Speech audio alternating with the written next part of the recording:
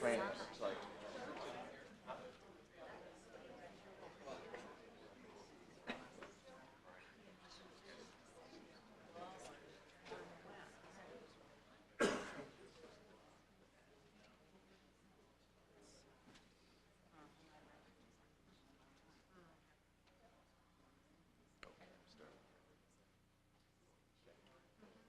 my friends here, can you hear me?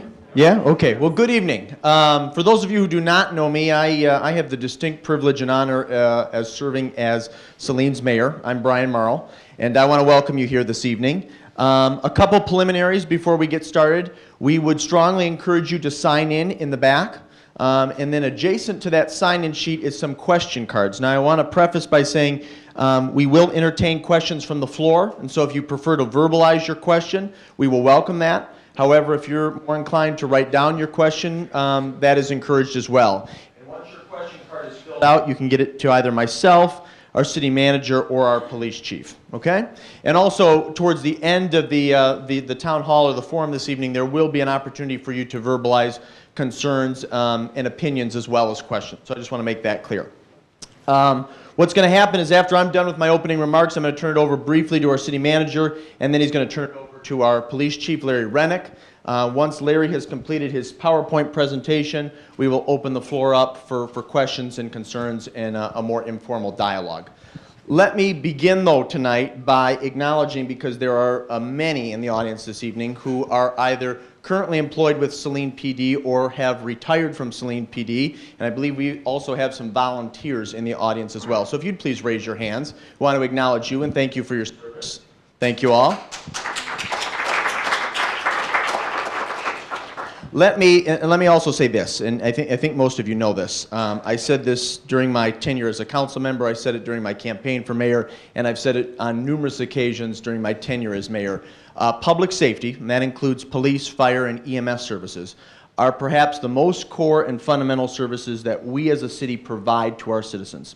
And we don't want to ever do anything that undermines and hamstrings our employees from doing their jobs effectively. Now, I also want to say that at this stage, council is in an information gathering stage. We're trying to determine whether a consolidated dispatch would make sense. We know that consolidated dispatch has worked in other communities. We don't know yet if it will work in Saline, and perhaps it will not, and more importantly, it may not be desirable. So again, we are in an information gathering stage. Nothing is inevitable. Nothing is written in stone. The status quo could be maintained in perpetuity. And one of the reasons why we decided to organize 2 town halls, and evidently if there's demand for additional town halls, we will have them, is to garner your opinions, your feedback, so that we make an informed decision. We're trying to make this process move as quick as possible, but we're also trying to take our time to gather enough information so that we can make data-driven decisions. That's very important to us. Unless there are questions for me, again, I want to thank you all for coming this evening, and I'm going to turn it over to our city manager, Mr. Campbell. Thank you, Mayor. And again, thank you for coming, and I know you introduced me. My name is Todd Campbell, the city manager here in this great community we call Saline. And I'm glad to see a great turnout, because this is certainly a very important topic that we're looking at. And just as the mayor said, staff has been directed to look into gathering facts and information to determine the pros and the cons, the benefits or not of doing some sort of a consolidated dispatch. So that's where we're at, is fact finding and presenting the information, and we're also gathering information. As the mayor said, we invite you all to make comments, ask questions. And so thus far, Chief Hrinik and I have done a fair amount of investigation, but still more to go. I'm more stealing his thunder because he's put an awful lot of time and effort into it. But that's where we're at. And again, like I said, I'm encouraged to see you all here, because it's very important to us. It's very important to us as staff, and we know it's critical to you as well. So unless, as the mayor said, unless there's any questions for me, I'm going to turn over to Chief Hrinik. Todd, if I may real quick. I have a full pot here. I should have acknowledged my council colleagues, and that was my failure. So let me acknowledge, I think just about everyone is here this evening. First and foremost is Mayor Pro Tem Linda Tahar, Councilmember David Rhodes, Councilwoman Terry Seibo-Koenig, Councilmember Dean Gearbaugh, and Councilmember Lee Burgoyne. We thank you for being here. The other thing I should have mentioned at the beginning, because I know there was some concern today, I saw it on Facebook and I saw some articles, I believe on the Post and perhaps the Reporter. There was advertised for this evening a substance abuse meeting. That is not directly tied in any way, shape, or form to the Saline Addiction and Prevention Task Force that actually met 2 Mondays ago. That task force, the official meeting of that group, will be this Thursday at City Hall at 7 p.m. So since we're talking about public safety, if you're interested in that, you're interested in contributing something tangible, you'd like to learn more, I would encourage you to attend. Again, that's this Thursday at 7 p.m. in Council Chambers. Thank you. Thanks, Mayor. And just real briefly, as the Mayor mentioned, these cards are in the back. You'll have an opportunity to either ask the question, or if you wanted, you didn't feel maybe as comfortable asking the question, write it down, and we will read it and then respond to it. So I just want to make sure everybody's aware of that, and you'll also, not just questions, but if you'd like to make a statement towards after the Chief's presentation, you'll be able to do that as well. So, all right. You fill that card if you wish to make a statement. You do not. Nope, this is just in case maybe you don't, some people don't feel as comfortable, right, speaking in front of people, so this is an opportunity to do that as well. Chief.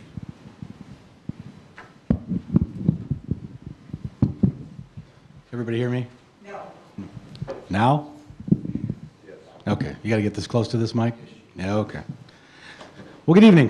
First of all, I want to tell you, we put together a lot of information for you. I'm going to go through this relatively quick. If you have any question about the PowerPoint, certainly Todd or I can answer your questions.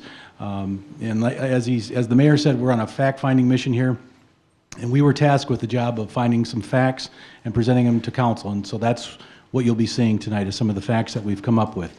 As late as today, we actually received one of the bids back from one of the entities that we checked for possible dispatch, and I don't even believe the council has it at this point, because I didn't get it until about noon today. So hopefully that won't come as a shock to them as well. So let's get moving with this.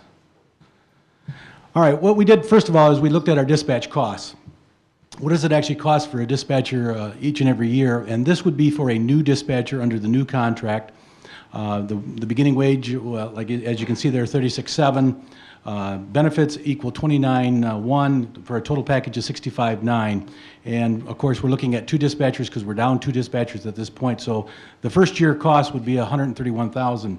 And just to let you know what goes into that benefit package would be the medical insurance, retirement, the amount of FICA that they pay to the federal government, life insurance, longevity and equipment allowance, workers' comp, vacation pay, holiday pay, personal pay, sick pay, overtime, and training. Realizing that some of that, when an officer is gone, or in this case, when a dispatcher is gone, can be filled in by a part-timer, but it still has to be backfilled because we are at minimum strength even if we're at 4.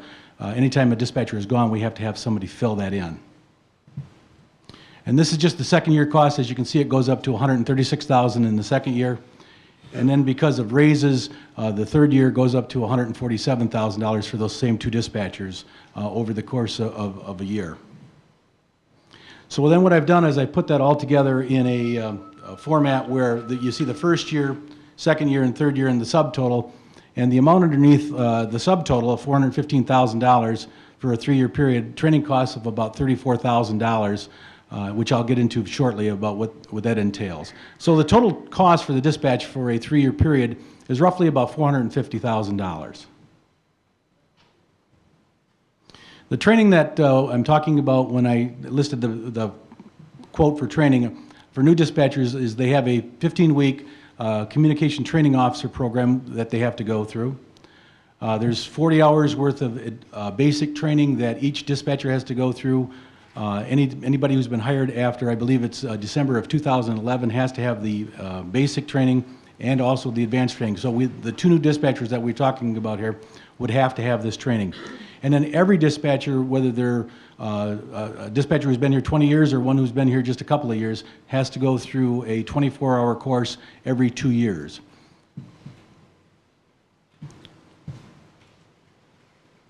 And so if you take a look at those trainings that I just gave you, CTO, the cost, because when a person is training somebody, they are compensated for that as well. And then there's backfill that has to be paid while we're training those persons, because those new dispatchers cannot be in their positions.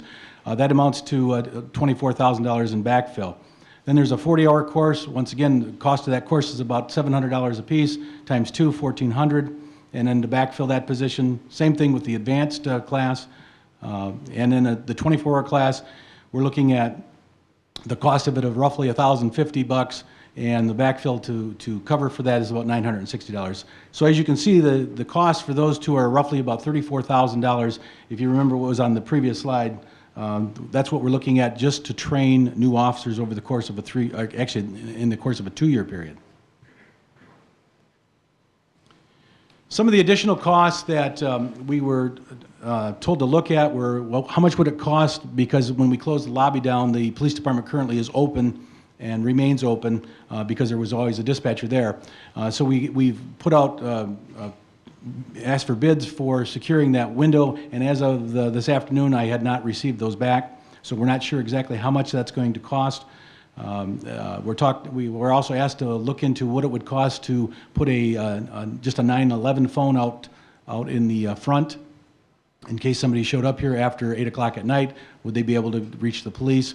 And so we checked into that. Once again, we don't have the quote for how much that would be, but the actual phone itself is about $200, and then there would be possibility of the monthly charges for that, or in talking to our IT guy, we may have the possibility of just being able to connect that directly to one of our current landlines, which means there would be no monthly cost, so it would be just the cost of the phone.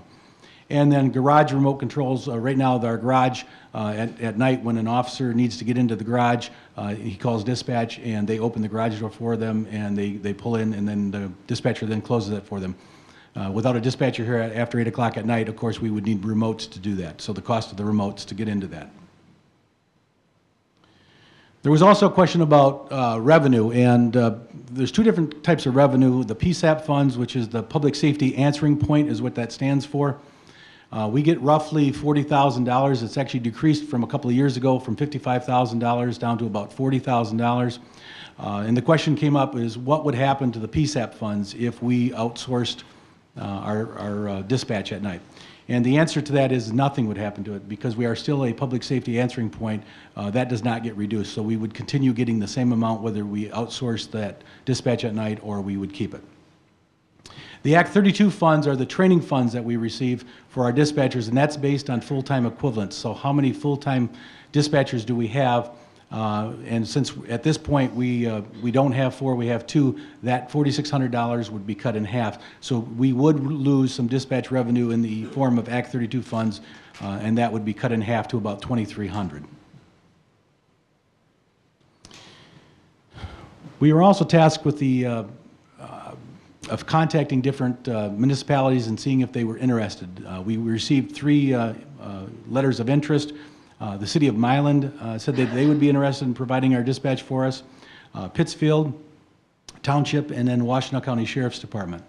And as I said, as of until late today is the first time that we got this information back. The city of Milan proposal to provide dispatch for 12 hours a day, 7 days a week was $35,000. Pittsfield, after considering this with their township board, decided they did not want to submit a proposal for dispatch, so they are no longer interested in doing that. And then Washtenaw County was $46,000. That would be for a year, that's correct. Some of the other information that we needed to provide was exactly how busy is dispatch, so they could come up with those figures. And what we did is we took a three-month look at our call volume, and these are the 10-digit line when you dial the 734-429-7911. How many of those phone calls come in? And we looked at the month of June, August, and November, knowing that summer months are normally busier than others. And the first column that you see there, the 745, 715, and 704, those were received between 8 a.m. and 8 p.m. And the column on the right, 181, 219, and 204 were received at 8 o'clock at night until 8 in the morning. As you can see, there's a significant difference in the amount of call volume that the dispatch center receives after 8 o'clock at night. In 2012, we received 680 911 calls. The 2013 numbers are not in, but looking at the number of calls that we received and our calls for service for 2013, I would guess that that amount is not going to be much different than the 680. It could be a few more, it could be a few less, but we don't have that at this point. The calls for service, this is everything that your police department does from the standpoint of something that draws a call for service number. In 2012, we received 8238. In 2013, 8304. Once again, relating that back to phone calls, as you can see, we increased a couple of percentage in our calls for service between 12 and 13, but nothing of any significance. And then once again, we were able to break that down between the 8 a.m. to 8 p.m., 8 p.m. to 8 a.m. And so 60 to 70% of our calls for service happen between 8 a.m. and 8 p.m., and 30 to 40% occur between 8 p.m. and 8 a.m. Some of the other duties that our dispatchers do, because they don't just dispatch, they act as our front door receptionist. They also answer the phone. They do a dual function. They actually dispatch the patrol cars and answer the phone. They do lien entry work for us. They do call-ins for our DPW when it's snowing or when we have a water main break or something like that. They are the first line to answer those phone calls and provide those phone calls so we get a hold of like the supervisor from the DPW. They also give PBT tests, which is a preliminary breath test. A lot of people are court ordered to come in to give a test every so often to make sure that they're sober. And as a result of that, our dispatchers have been trained and they provide that service as well. They monitor our holding cells. We have cameras on our holding cells, and dispatchers, while they're up there, are watching our holding cells and listening. If in fact there is a prisoner in there, they can turn up the volume and listen to what's going on in our holding cells as well. They provide vehicle and impound releases to people who have had their cars towed, and they also process bond receipts. They provide the sex offender registration list. They receive fines for a variety of things, and that's accounted for on a monthly basis or a weekly basis and turned over to the other side of the hallway. They give out keys to certain people who need them, whether it's a meeting that's here or a set of car keys where an officer needs a different set of keys. They do general clerk duties, typist, just a whole host of general duties. They monitor the internal alarms within the building. If as an example, a couple of months ago, our sump alarm went off, and that rings in dispatch. So they're the ones that let somebody know when we have an internal alarm. They also perform local background checks, and then this famous one that's on the bottom of everybody's job duties, other duties as assigned. Basically, they'll do just about anything for us and have done that in the past.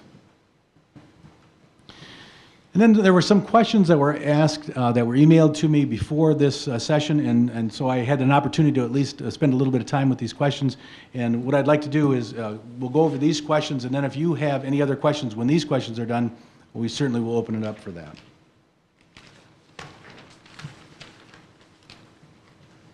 The first one is, what is the net effect on Saline? What's going to happen if we outsource our night dispatch? And when a citizen calls a 911 or our 10-digit number, they're not going to, from that standpoint, they're not going to realize a difference. Whether it be Mylan or whether it be the Sheriff's Department, they're going to answer that 911 call or that 10-digit number, and they're going to dispatch a police officer if needed. So from that standpoint, there's not going to be any difference. The question did come up about, well, our dispatchers know our citizenry, better than somebody from another community would. And that's probably true. But when it comes to the normal police action, a lot of that is not where you'd want a long conversation going on. You want the police to get the information and get a car out there. There will be those times when you have somebody that will call up and want to be able to have a lengthy conversation, and currently they can do that with our dispatchers. If we're outsourced to somebody else, I would imagine that they would probably not be able to have those lengthy conversations. And once again, we're not looking at the aspect of getting rid of dispatch from 8 in the morning till 8 at night. And so those people certainly could be referred to call between 8 a.m. and 8 p.m. How will dispatchers learn the area? Our dispatchers know our area very well. It's amazing how well they know this area. I'm talking to, and I'm going to just leave Pittsfield out of this since they've withdrawn and no longer want to put a proposal in. In talking to both Milan and Washington County Sheriff's Department, they both said that they would be happy to have their dispatchers come into the Saline community and ride with our officers so they could learn the area. You know, in an excited moment, somebody might say, send me an ambulance in front of Dan's, or send me a police officer in front of Dan's, and maybe a dispatcher from another community might not know where Dan's is. And so this way, they'll get the same type of training that if we hire our own dispatchers, that they would get. They are going to get out in our cars and ride with our officers. There was a question about, are there going to be any lien issues? And the answer to that is no. Lien, for those who don't know, is our information network, and it has to be protected, and what's going to happen is with a flick of a switch, through technology, the lien system would be diverted to either Myland or to the Sheriff's Department, and they would handle that function for us. Probably the one that we've received the most concern about is the tornado shelter. Right now, this office is open 24/7, and in the case of a tornado, citizens can come here to weather the storm, for lack of a better term. And the question becomes, well, what happens to that?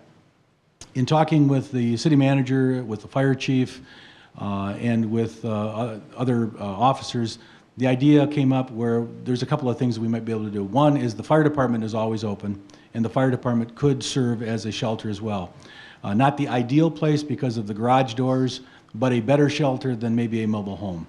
And so that is certainly a possibility. The other one is if we're given enough information in advance, kind of like today, we just received a weather alert for bad weather that's coming tomorrow night at, you know, they're thinking of like 10 o'clock till 8 o'clock Wednesday morning. We're given 24 hours notice ahead of time. If we have enough advance notice, we can call somebody in and have them come here between 8 at night till 8 in the morning to open up the door and let people in case of a tornado or something like that. That certainly is a possibility. And that would go with both police employees as well as city employees. Somebody who's close, we would make a couple of phone calls and say, can you come and open up the building so people from a mobile home park might be able to come here. And that's certainly one of the things we've looked at and is a possibility. Do our current dispatchers live in Saline? The answer is kind of. We have 5 at this point in time, 2 full-time, 3 part-time. And of those 5, 2 of them live in the city. The other 3 do not.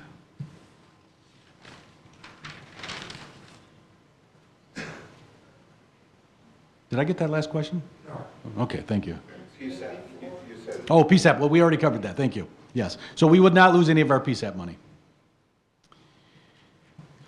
What increased costs are anticipated for current dispatchers? The increased costs for the current dispatchers through raises in contracts and benefits, we're looking at a 2% raise this year, a 2% raise the next year, and looking at the total package. If we hired 2 new dispatchers, we're looking at costs of upwards of $350,000 a year to pay wages and benefits for our dispatchers. There's also equipment upgrades that are coming, which is the next one. The problem is we don't know exactly what those are going to entail. Nobody has a good hard price on what's called the enhanced 911 next generation. And what that allows is for people to text in to your dispatch center that you have an issue. You can text in. They're even talking that you'll be able to take kind of like our C-Click Fix, where you can take a picture of something, crime in progress, and you'll be able to send it right to the dispatcher. But nobody knows at this point in time what those kind of costs are going to be. And I don't even want to hazard a guess what it would be. But dispatch equipment is expensive, and it's not going to be a cheap fix. But regardless of whether we would stay with a 12-hour dispatch or a 24-hour dispatch, those costs are going to be incurred anyways, because even if we have just a 12-hour dispatch, we're still going to have to buy that new equipment because the PSAPs are going to have the next generation. Revenue loss for outsourcing, I think I covered that with the, we are not losing our PSAPs, and the only part that we are losing is a little bit of money from our Act 32, which is roughly about $2,300. And why nighttime outsourcing? As I showed in my slide, the busyness of our police department, calls for service, 70 to 80% of those, 60 to 70% of those happen during daylight hours. We also did a tracking of the phone system. We're looking at as high as 80% of those happen during the day. And then visitors to the building, upwards of 90% of those happen during the day. So it makes more sense that if we are going to do an outsource, it would be with the least busy time where less citizens, less people would be affected. And then the last question that I had was, could a clerk handle the front desk duties? And the short answer to that is yes, a clerk certainly could handle that because I believe that our dispatchers do double duty. They not only act as dispatchers, but they act as clerks as well. So a clerk could sit up there up front and do the entire front desk duties without doing dispatch. And that's all I have at this point. And if you have any questions, we certainly would be happy to answer any questions you may have.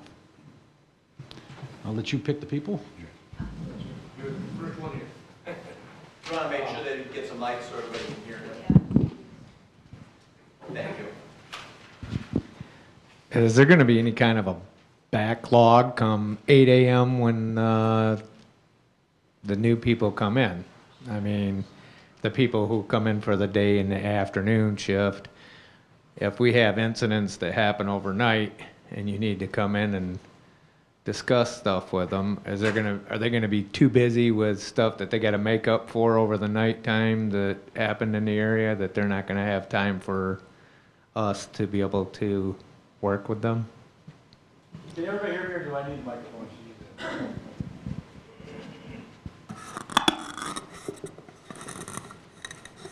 We'll try it. Does this work? Yes. Okay. I guess the short answer to that is I'm not exactly sure what you're saying because the police officers are going to be out there 24/7 and they're going to be handling your calls regardless whether it's in the morning or at night. So I guess if you could clarify your question a little bit more for me, hopefully I could answer it. I don't know. I just know with some of the experiences we've had at the building I work at, and a lot of times I have to come in here with paperwork and, you know, getting police reports and making sure I have everything to turn into the other parts of the school to let them know about what's going on. And I just want to know if I'm still going to be able to get with the people like I did before, or are they going to be too busy with like paperwork or somebody that's in the holding tank that they got to make up for, or because there was nobody there at night to take care of that? Okay. No, you're not going to have to wait any longer because the normal duties for the dispatcher at night would be handled by whoever we would outsource if in fact that's what we do. They would take care of that, and it would be no different than if you walked in at 8 o'clock this morning. That morning dispatcher is not going to have anything from the previous night, so they're going to be able to take care of you no differently than they would in the past.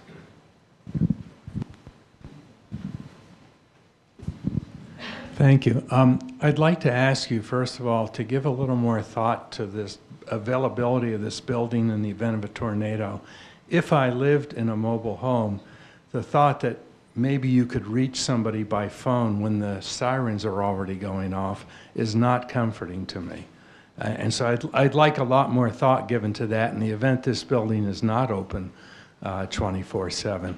Secondly, regarding the statistics you gave about when the calls come in with 60 to 70% from 8 a.m. to 8 p.m. and the balance from 8 p.m. to 8 a.m., I wonder how the urgency of those calls might vary. In other words, there may be fewer calls at night, but are more of them to report crimes in progress, personal injury accidents, or something that needs an immediate response as opposed to a citizen asking for some kind of help from the police because a neighbor is always speeding or something like that.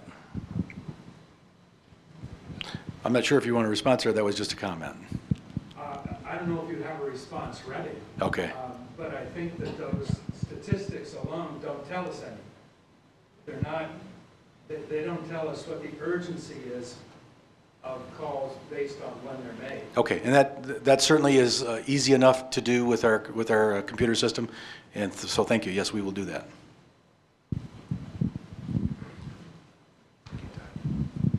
Hi, Walter Schwader. I live in Saline.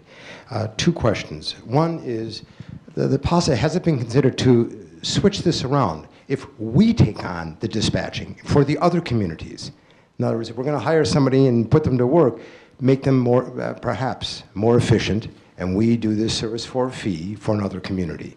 That's one. And two is the affect on the response time. If somebody calls and they really need an emergency, what's the delay time going to be, because possibly it's going through some other community before it gets relayed back to a Saline officer for their action? Okay. The first response is we would be certainly happy to entertain that if somebody would come to us. But at this point in time, no other community has asked us to look at doing their dispatch. Well, we were the one that reached out to them, and we're hoping that they would reach out to us. We have not heard that come our way. And then the second part was? The response time should not be significantly different, because the phone line is directly to whichever place would do it, whether it would be Milan or the Sheriff's Department. They would get the call just as fast as one of our dispatchers picking it up. And as far as them relaying it, if it's an emergency situation, they're going to relay those very quickly. So you should not see a huge delay difference in between what our dispatchers do and what somebody else would do. Chief, you may want to elaborate on the technology that's shared. Okay. Clemis? Oh, yes, thank you. I only needed one more word. Yeah. We all have the same computer system here in Washtenaw County, and as a result of that, everybody's very, very familiar with how that all works. And we've actually talked about the idea that if we ever had something huge happen here in Saline, which tied us up to the point where it would overwhelm our dispatchers or overwhelm our officers, we could flick a switch right now and send our phones to Pittsfield or send our phones to Milan or to Chelsea right now. And so that exists. So it'll be very, very seamless from that standpoint. Fortunately, Saline is a slow community. We don't have a lot of crime, and that's a very good thing. As a matter of fact, when we made the presentation, one of the people said, 680, is that it? And I said, that's a good thing. I'm glad that we have a very low crime rate. So from that standpoint, it should be relatively seamless. Mary Hess. So a lot of people don't understand. Should this contract be signed, the doors will be locked at 8 o'clock, and there will be a phone outside, correct? That is the proposal at this point, yes. Okay. The contract, how long is this contract for? We have asked for proposals for a year at this point. The other thing is, I think you went over, kind of skimmed over, that our holding cells will not be used if we do not have a dispatcher to observe them during the night. Okay. So therefore, an officer and a police car will be sent to Milan or Hogback Road, leaving one car and one officer. Now, if there's a bar fight and there's two guys drinking, two women, whatever, they each have to have their own car, because you can't put them together. They don't socialize and play well. But that means 2 cars and 2 officers will be out of the city. And this is a concern, and I think that was brushed over. The other thing, I think the mayor had addressed that Governor Schneider would like to have us consolidate our services. And I was wondering, how much money is Governor Schneider going to give us in revenue sharing? Okay. There was no intention to brush over the holding cell thing, and I appreciate you bringing that up. You are absolutely correct. In the event that we would have somebody that we would have to put in a holding cell, both Washtenaw County and Milan have agreed to house our prisoners for that time period that we need them housed. Realizing, as you said, that one's on Hogback and one's down in the city of Milan, so it takes some time to get there. And if in fact we do have a bar fight, I would certainly hope that whoever the supervisor is that is on duty would notify Pittsfield or the Sheriff's Department that we have an arrest and that we will be a lone patrol officer at this point, and that perhaps Pittsfield or the Sheriff's Department could drift a little bit closer our way in case we would need them. Can I get one more? Just one more. Is this possible that this could be put on an advisory vote for the taxpayers? I guess the mayor would have to answer that. Well, let me, if I may, let me first, Mary, answer your question about revenue sharing. And of course, revenue sharing as we knew it prior to 2011, when Rick Snyder assumed the office of governor, doesn't exist. And he has replaced statutory revenue sharing with a program called EVIP. And EVIP is an acronym for Economic Vitality Incentive Program. And basically what Rick Snyder and the legislature are saying is that if you consolidate, if you partner with your neighbors, if you reduce costs, if you privatize, we'll incentivize that by giving the money we used to give you for police, for fire, for road maintenance, etc. So it's hard to put a dollar amount on that because, of course, it's subject to what the legislature allocates during its annual budget. But, of course, that is one of the reasons or the rationale behind investigating this. To your second point about an advisory vote, I don't even know if I can comment to that. It would really take the majority of council to comment. But what I would say, and I would refer back to the statement that I made at the beginning of this forum this evening, this may never come to a vote. During the information gathering stage, it may be determined by a majority of council that maintaining dispatch as we know it is what is preferred. And that partnering with the city of Milan or with Washington County doesn't make sense for a variety of reasons. So again, I want to emphasize that nothing is written in stone here, nothing is inevitable. And there's a very high likelihood that the status quo will be maintained. Evidently, I should note that when you, and this is, don't you take my word for it, you can see the document when it's printed and distributed. When you see the second round of our budget for the next fiscal year, 2015, you will see 2 line items to hire 2 replacement full-time dispatchers. So we're planning conservatively and sort of, well, that's sort of a reflection that this may not happen. And in order to be good stewards of fiscal resources, we should denote that in our budget. Hello, my name is Larry Wiedmeyer, and I've had a good number of years of experience at working here in Saline Police Department and also living out in the county. Now, I know out of all these years what happens when one of you people call and need a police officer, whether it be an accident, fingernail cut, anything. You see an officer, and we run out of the police department to get into our patrol car to get to help you out. You people, I also live in the county, and I'm going to guarantee you that if Saline goes with the county for doing our dispatch, even though they got the same radios and stuff, you are going to be sick because there is no service there. When you call the county for anything, you will be waiting the rest of the evening. It's not like Saline runs their things. Go on this side, then I'll come back. I have 2 questions. One is a okay, one's a counter question to Mary with the holding tank. Oh, yeah, you want to. My question to you is, I believe it's my understanding that if you do have a female in a police car and it's a male policeman, you have to have 2 cops go with them? No, No, you can take 1 cop car and 1 police and you don't need another person in it? that's correct. Okay, then I was wrong by that. Felony arrest. Oh, felony arrest? So then help me understand this, educate me.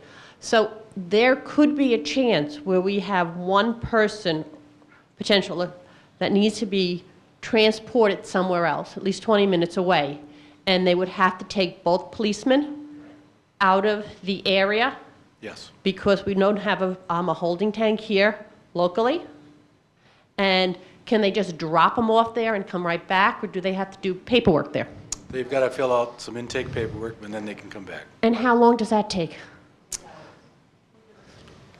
10, 15, 20 minutes. 10, 15, 20 minutes to write the report and No, not write the report. Fill out the intake paperwork. You don't have to write the report before you drop off a prisoner. So it's just the intake paperwork. So we're looking at a potential 15, 20 minutes there, another 20 minutes, we're looking at about an hour, at minimum. Could be more if other things happen. Okay, that helps me with that one. And I have another question, or? All right. Okay, this is my question to you, and it's kind of expanding not just on dispatch, but on the whole picture itself, because I look at dispatch and police. Dispatch of the police department is just one component of the safety and the police here. And I guess more, this is what I've been seeing in the news and everything. Like the governor spoke of Michigan's drug heroin type problems, and we kind of know there's a surrounding communities, there's a heroin drug problem also, and we know that council has looked into appointing a drug task force to address Saline's drug problems and stuff. Can you explain to me the rationale for closing the police department at night and for not filling the current positions that are in the Saline Police Department in light of the drug problems we're having here? I don't get it. Sure, I'd be happy to. If there was a perfect time for this to happen, it was now. And the reason that it was is because we had two dispatchers, one that had stepped down as a full-time dispatcher a couple of years ago, and then a recent retiree that retired in January. And as a result of that, we had two vacancies, and we would not have to have laid off anybody if, in fact, we were able to do this. That was number one. Nobody would lose their job. So it was a good opportunity to look at it now, rather than a couple of years from now, if in fact it does happen again, that people would be hired and then they would maybe be laid off. And nobody wants to lay anybody off unless they absolutely have to. So that was a kind of a perfect timing for this to happen, because we were down two dispatchers. We're going to take a look at outsourcing this, and if we can do it without laying anybody off, that would be a good thing. As far as the drug problem, you're right. There are drug problems, but they're all around us, and I think you mentioned that. They're in Pittsfield, they're in Ann Arbor, they're here in Saline, and as far as hiring a dispatcher or not hiring a dispatcher is not going to solve a drug problem. And so I guess I don't know what you would, well, let me finish. I don't know exactly what you're asking about replacing people or filling positions to help stop the drug problem. I just need a little clarification on that. I would love to. More of the thing is, we see that the police... Thank you. Sorry. We see that the police department, dispatcher, and policemen work as a force, as a unity. Each one covers their back, so that one can turn around and deal with, to combat drugs. You need an active, viable, unified police force that needs to be there all the time. You need offices and stuff available. We've seen that in Detroit by removing some of the police offices. They turned around and ran into big problems, and they're trying to retrofix that one. But by turning it around and removing some of the support that your police officers have through their dispatch, now they have to take on other responsibilities, and we already know they're all overworked. So I look at, we're working with a very delicate system here, and even just removing some of the support of the infrastructure towards it in the form of dispatcher can make it vulnerable to more. I mean, right now, with how everything's going, I feel that we should be addressing on how to get dispatchers and more people to help us, because we have a really big issue and problem. And I guess I didn't realize how bad it was till I started talking to tons of people outside of Saline. And it's scaring me, because they keep calling it, says, oh yeah, we know, you're the new Ipsy. Oh yeah, don't worry about this. I cannot believe the stuff I have heard. I cannot believe how Washington dockets with juvenile crimes and stuff. So for me to say, I understand this issue is just for the dispatch, but I'm glad it came up, because I think we need to look at the whole police department as a whole and not just one component. Okay, thank you. Chief, Sure. I appreciate the comment, and actually it speaks to sort of a broader policy issue. And to your point about substance abuse and addiction, you're absolutely right. Heroin and other illicit substances are increasing in use and availability in the Saline community, and that is inexcusable. As such, we have actually at our first meeting in January, Council commissioned a task force. The commission met for the first time 2 weeks ago. It's meeting again this Thursday at 7 p.m. I think there's a lot of synergy, a lot of momentum with that group, and I ultimately hope that that model is something that can be emulated in other communities, because as you rightfully noted, it's not just Saline. It's Dexter, it's Manchester, it's Chelsea, it's all of these small communities.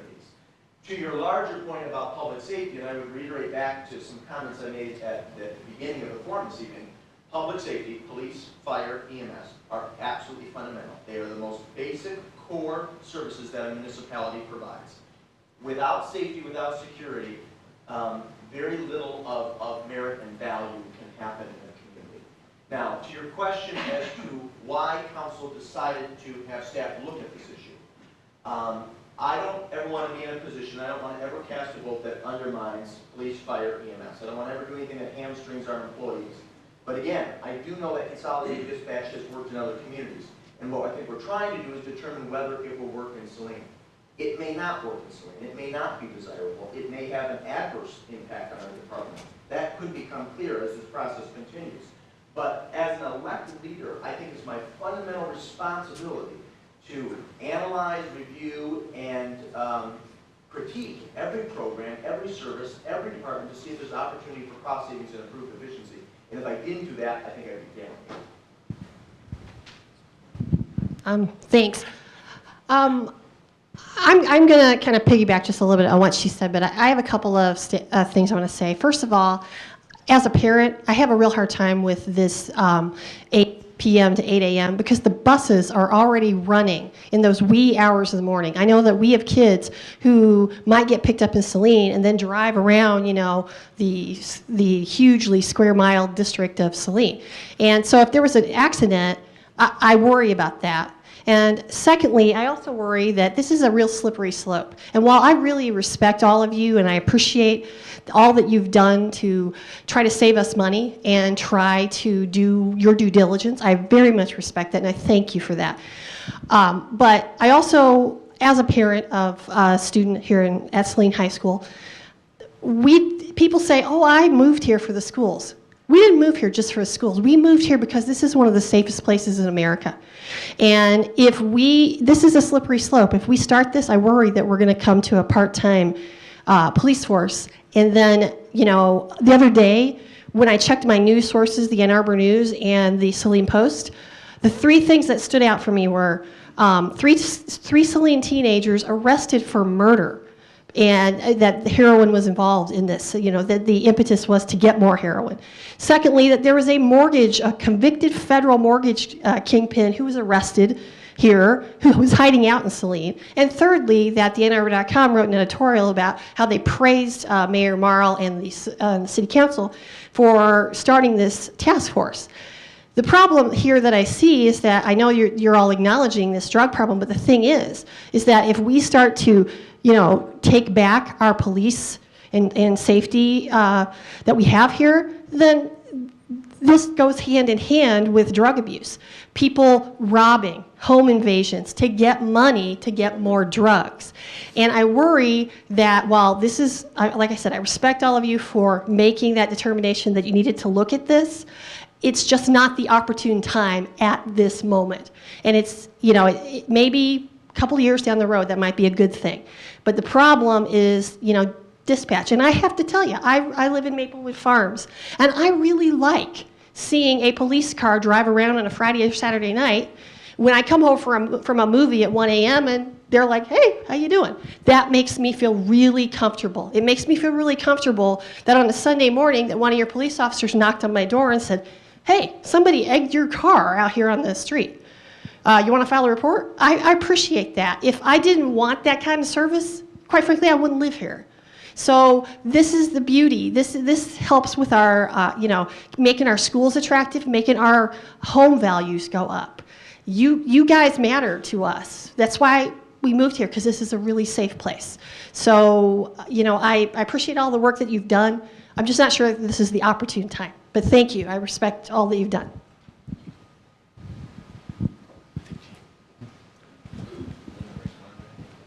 Well, the only thing that I'd like to respond would be actually, you're going to see more of us. Because we actually just hired 2 part-time officers, which will actually put an extra officer out on the road 24/7.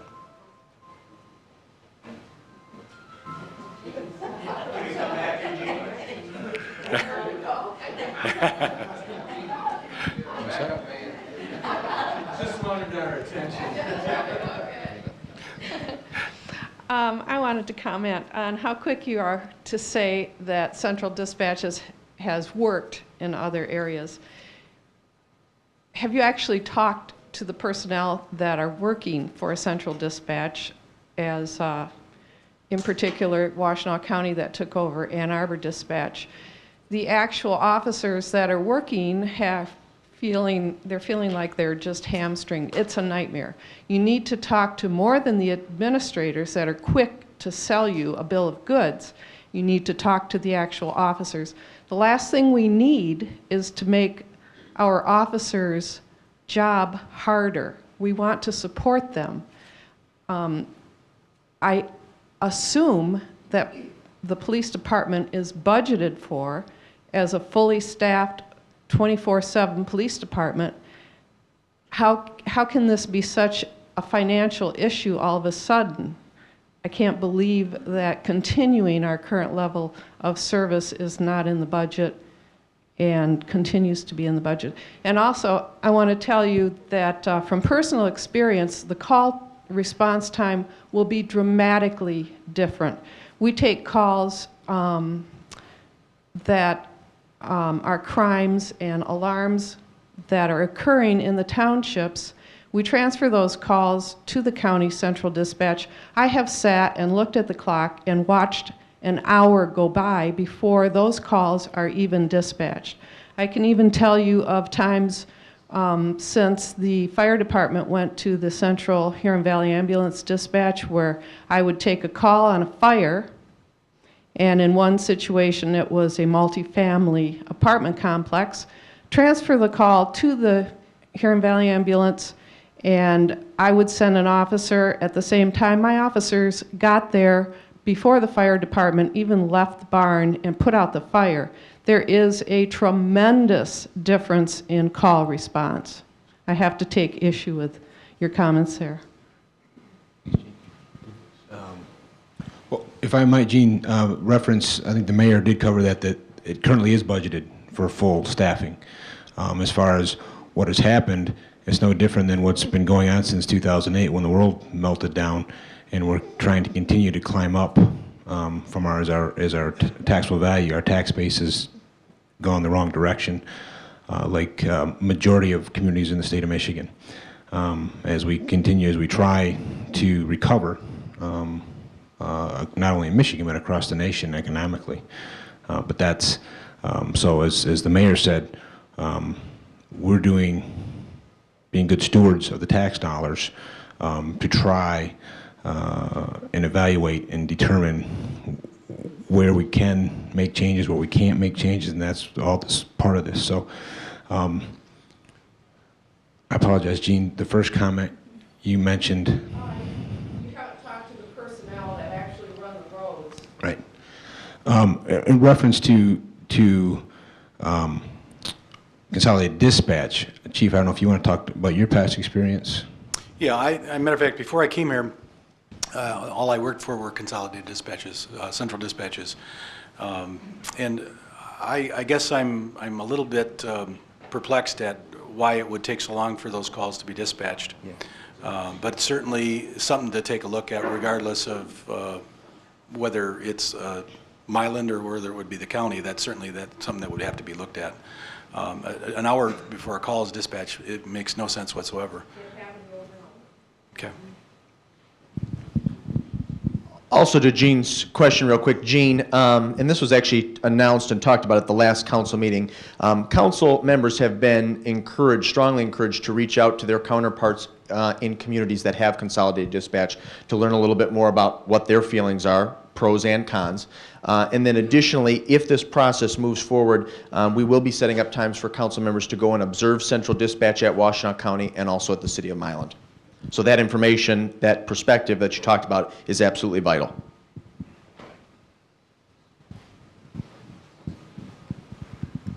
I'm going to piggyback a little bit on what Gene said. As far as the calls for service, one of the things I would keep in mind if this was a countywide dispatch is the fact that if there's a crisis on the east side of Ypsilanti, as far as the priorities, that's where most of the dispatchers, all their focus is going to be focused on.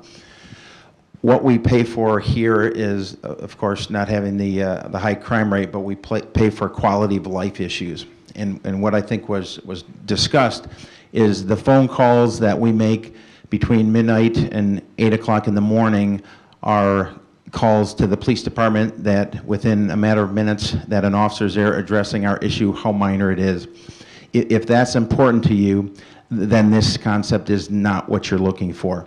The other point, what I would say as far as a citizen in this city, it is unacceptable if you're telling me that the police department is the possibility of having police officers outside of our city for an extended period of time. And with all due respect, you know, an hour might be on a Tuesday night, but I can guarantee on a weekend when there's numerous arrests and Saline officers bring in the rest of the county, Washtenaw County, they don't really care that Saline is fifth in line and that they're the only officer that's responding for calls. So this hour may be a minimum, but I would say you can escalate that up to some great amount. Last comment, why don't you have your city council folks go sit in on dispatch during the midnight shift, and if they last an hour, then I'll buy them lunch. They will probably stress out because it's so chaotic, and as was mentioned also, the folks at this level are making decisions, but check with the folks at the bottom that are working overtime to try and make up for what the chiefs have decided for the city of Ann Arbor and Washtenaw County. Thank you. I would like to just make one last comment about, just want to make sure that you don't eliminate Milan here. So that's a whole another entity that we're talking about. So we can't just talk about the county, but thank you for the comments about the county. Hi, my name is Terry. I actually live right behind the UAW hall, and my husband's in law enforcement, and my brother-in-law is a detective with the Washtenaw County Sheriff's Department. So although I don't know everything, I have a little bit of an inside clue as to what's happening in our surrounding communities. And is Milan on Central Dispatch? Milan's their own dispatch. Okay, so they are their own. So I think what people, I mean, I'm not a big fan of Central Dispatch. Central Dispatch handles, on average, about 1,000 calls every day. And a lot of those calls are from Ypsilanti Township.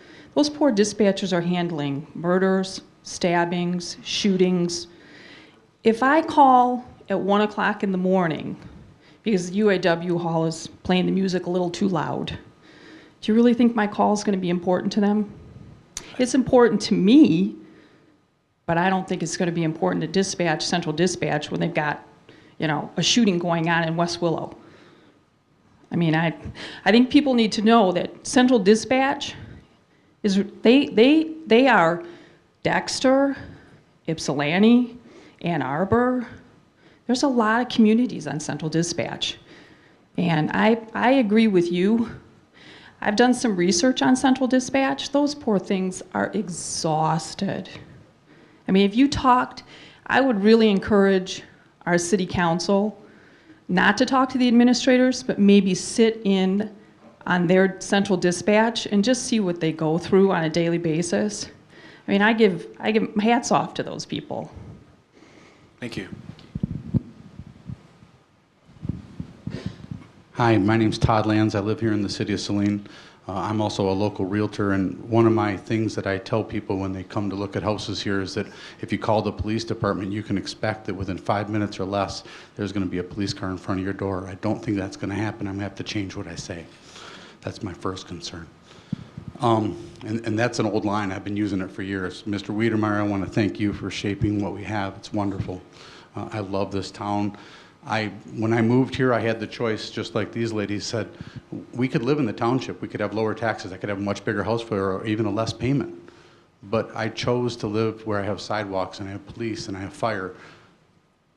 From a functional standpoint, one of the big problems that I am thinking about is that if there's an emergency call at dispatch, let's say we go to Milan. I was originally thinking it was only Pittsfield. And they're busy with a call. I'm assuming at night they're going to have one dispatcher just like we do. And a Mayday call comes in from a fireman. Who are they going to pick up? A fireman trapped in a building, burning embers on him. We need our own. I don't want to be second to that because that takes priority. No ifs, ands, or buts. Okay, So, I just want to make sure you're aware that we do not dispatch our own fire, right? I understand. Okay. But if a fireman's trapped and we go to Central, they better take priority than us, right? I guess I'm not sure what you're, Okay. because they wouldn't even, it wouldn't come over our So frequency. we go to Central Dispatch, right? And how many people in that room? 6? Possibly. Okay. And you've got a massive fire downtown Ann Arbor. They're going to be busier than one-arm wallpaper hangers. You know, it's nice to have our own. And we could always let it overflow if we got too busy. The transport idea, if you've got an arrest and you've got to take them over to Hogback, that's a 20-minute drive. It's not 15 minutes to check somebody in. You know, there could be 3 people in front of you. It could be an hour, I'll bet. And correct me if I'm wrong. It certainly could, yes. So now we're without anybody in our town patrolling us. And yeah, we'd ask other people to hover into us. But it's not the faces that we already know that are on our staff. I don't know. I like it the way it is, and I'm glad that Brian pointed out that they're going to vote on it. It's not a done deal yet. Thank you, Brian. And I hope there's enough people that hear it to say, please vote on it no. Thank you.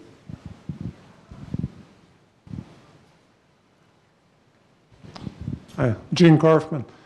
Just one question, educational, is how would if you outsource it, affect if I dispatch the ambulance or fire department? Well, the ambulance and fire department are dispatched by the ambulance company at this point. We don't dispatch them. No effect at all? No. Okay, my other comment was just a comment. I saw in the paper that both Milan and Saline have about 8,000 911 calls a year. They're just about the same. So if we 8,000 calls for service, nowhere near that number of 911 calls. We have 680. We had 680 in 2012, and we may have a few more in 2013, but nowhere near 8,000. No. What was 8,000? It was in the That's Saline total report. calls for service. That includes traffic stops. That Okay, includes doing downtown foot patrols, PBTs, all that stuff. But in any case, we outsource it to Milan. The number they have will increase significantly, I would think. I would guess our two communities are similar, and probably the amount of dispatch service would double. Yes. Right, and I think it's sort of safe to assume that the $35,000 number they gave us, they're probably not going to out and hire any more dispatchers. So they're probably going to increase the workload on the ones they have. And if 2 calls come in simultaneously from Saline and Milan, I think we can probably guess who they're going to serve first. I know I would if I was working with the Milan police, and what my performance, if you don't give me my raise, who I'm going to serve the best. I think our response time in Saline is outstanding, and I really don't think people worry about is it going to cost a little bit more when I dial 911. Thank you. My name is Dick Ehrenberg, and I retired from Nipsey Fire Department. They have gone to HVA. They've had problems, and if you have dispatchers, and I've dispatched before when I was at the fire department, it's a hard job, but you learn what streets are where. You go to a central dispatch, they couldn't tell you where Wood Court is. They couldn't tell you if it was in the township, the city, You know, you're asking, if we pay our taxes, our people that live here aren't good enough to employ. You want to go someplace else. You know, and the governor says, let's make Michigan a want to come to state. Like the person said before, you move to a city for services. Thank you.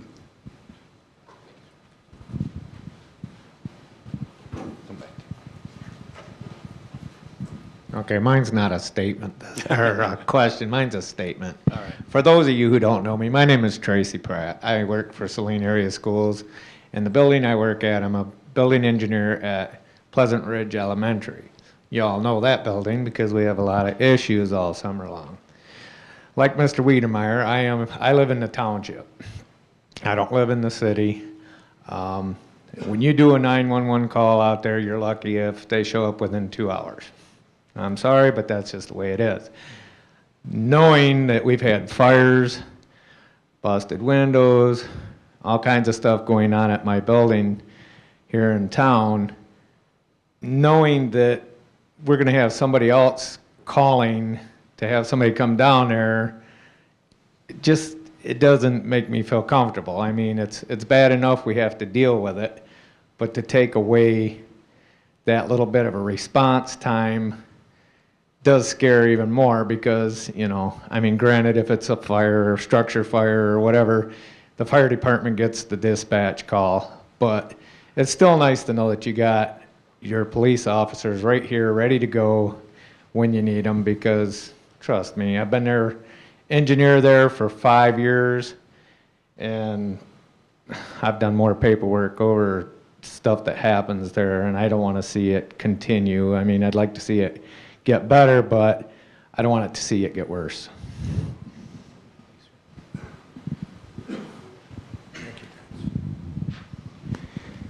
My question is about, this seems to be focusing on a financial need. Where are we going to get the cash to pay for the dispatchers? I'd like to suggest that we as a city look at many of the things that we do here that can be another source of the cash that is needed to fund this purpose. For example, we're not building so much here. We don't need, perhaps, and these are all suppositions. I'm just suggesting things to consider possibly. A full-time building inspector. We put on things like the fairs in the summertime. We spend a lot of money doing that. Perhaps we pull back from expending city funds to do that and find a source of money someplace else, or have people volunteer to pay to attend Celtic Festival or downtown celebration days. I mean, we are spending money in a number of areas that, as opposed to pulling money from a needed service that serves the entire community, let's start prioritizing where we are spending money in other areas that perhaps are not as critical to the function, the sort of the foundational function of the city itself. Thank you.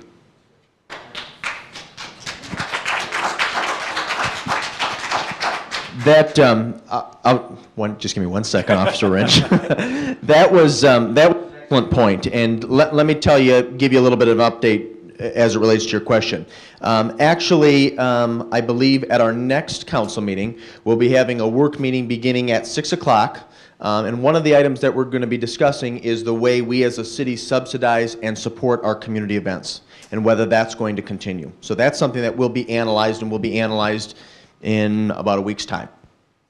Additionally, I appreciate your point and I agree with you that there are many areas within the city of Saline that need to be analyzed and evaluated to see if there's room for cost savings and improved efficiencies. In fact, we did quite a bit of that last year, and I'll give you a good example. For many years, our recreation center, and we're very blessed by our recreation center. Most communities the size of Saline don't have a municipally owned recreation center with 2 pools, a basketball court, and all the workout equipment. However, for years, it has been a drain on our general fund, requiring large subsidies. And this is not a reflection of the staff out there. They do an outstanding job, but that can't continue. So in 2 very distinct and different ways, we went about rectifying that problem. The first of which is we looked with the school board after we had an audit done by Plant Moran to see if Saline Parks and Rec and Saline Community Education could be merged and consolidated. We took a serious look at that, and that couldn't be done for a variety of reasons. But at the same time, we tried to improve the financial viability of the rec center. January 1, we put into effect a number of policy changes which we hope will drive membership, thereby bringing in additional revenue to the facility and result in reduced subsidies from the general fund. So I just wanted to give you that one example to your point, but you're absolutely right. There are many areas that can be evaluated and should be evaluated, and I think this council is committed to doing that. Okay, I'm Officer Dave Ringe, Saline Police, 20 years officer, and also a member of the Saline Police Officers Union. Basically, I'm going to speak on behalf of the union. I want to just mention the mission. This is the mission for the Saline Police Department. I read this, took an oath when I signed. This is our mission. It is the mission of the Saline Police Department to provide law enforcement services to the city of Saline and to create a feeling of safety and well-being for every citizen and visitor of our community. That's why I brought my family here at 97. Now, with response time, as personal experience, yes, I've worked in the schools, I do work the road as well, and I know response times will go down. Here's a prime example. It just happened last week. One of our officers was responding just to help cover a crossing point, school crossing position because one of the guards was sick or something. So this is about 8:20 in the morning. They were responding to go, and they were going down Ann Arbor Street near Waterworks Road. They come across a traffic accident. We weren't dispatched. So the officer calls our dispatch, did you receive a call of an accident? No, and when speaking to the driver said about around 7:50 that morning, they had called 911. They didn't receive our dispatch. Once in a while, even though the technology is in place where we will get the 911 call, it was sent to the Washtenaw County Central Dispatch. They sat on it. So the officer handled the crash. Thankfully, nobody was hurt, but took the call, came back around 9 o'clock is when Central Dispatch contacted our department to handle the crash. This is what can happen. Now, outsourcing, this is on behalf of the police officers and dispatchers. You will reduce the quality and timeliness of our response. Now, as a taxpayer, my question to you, are you going to raise taxes if you have to maintain as is our dispatch? That hasn't come out. Are our taxes going to be increased? If so, I'd be willing to pay it.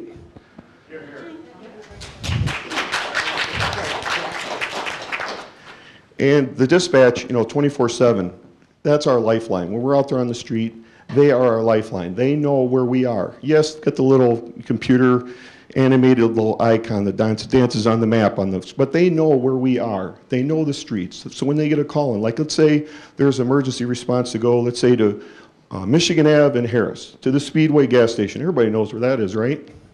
Did you know that there's also a Michigan Ave and Harris Speedway in Ypsilanti? Okay? So it could be my life on the line if you outsource dispatch. And I'd like you to explain that to my family if my life's on the line, because dispatch, because they will. I mean, I give credit to those dispatchers at Washtenaw County Central Dispatch. I listened to that scanner. Did you folks know that over the weekend there were some stabbings that took place? They stacked the calls. I mean, God forbid, those officers, those deputies, those state troopers, what they do out there. My hat's off to them. I'm sure Milan might, hear the same thing where they are as well. But I tell you, they're going to stack the calls, and it'll be a long response time. Stack the calls. In other words, they get calls coming in, and they'll prioritize their calls. They stack them. So if there's a big stabbing, they're going to send all their resources, they're dispatching, and they're going to focus on that incident and put us, any other calls, on the back burner. So like because at night, sometimes we get some suspicious calls or incidents that happen in town, and they're going to hold off on it. And so who knows what will happen. All right, thank you.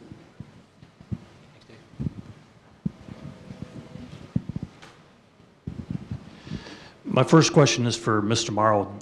I'm sorry, was that EVIP? Was that the funds? Are those designated to certain, like the DPW for roads? Are those monies designated if you get them, or do they just go into the general fund? Just get a check and can be used for whatever? Okay. My second question, and I'm probably one of the few people in this room that remember this, but Milan and Pittsfield had their own dispatch. They contracted with the sheriff's department for dispatch, and now they're back to their own dispatch. Has anybody asked them why they decided to go back to their own dispatch? No. But Kevin, you know, I was not aware of that, and that's an excellent question, and that's why we're doing this. It deserves an answer.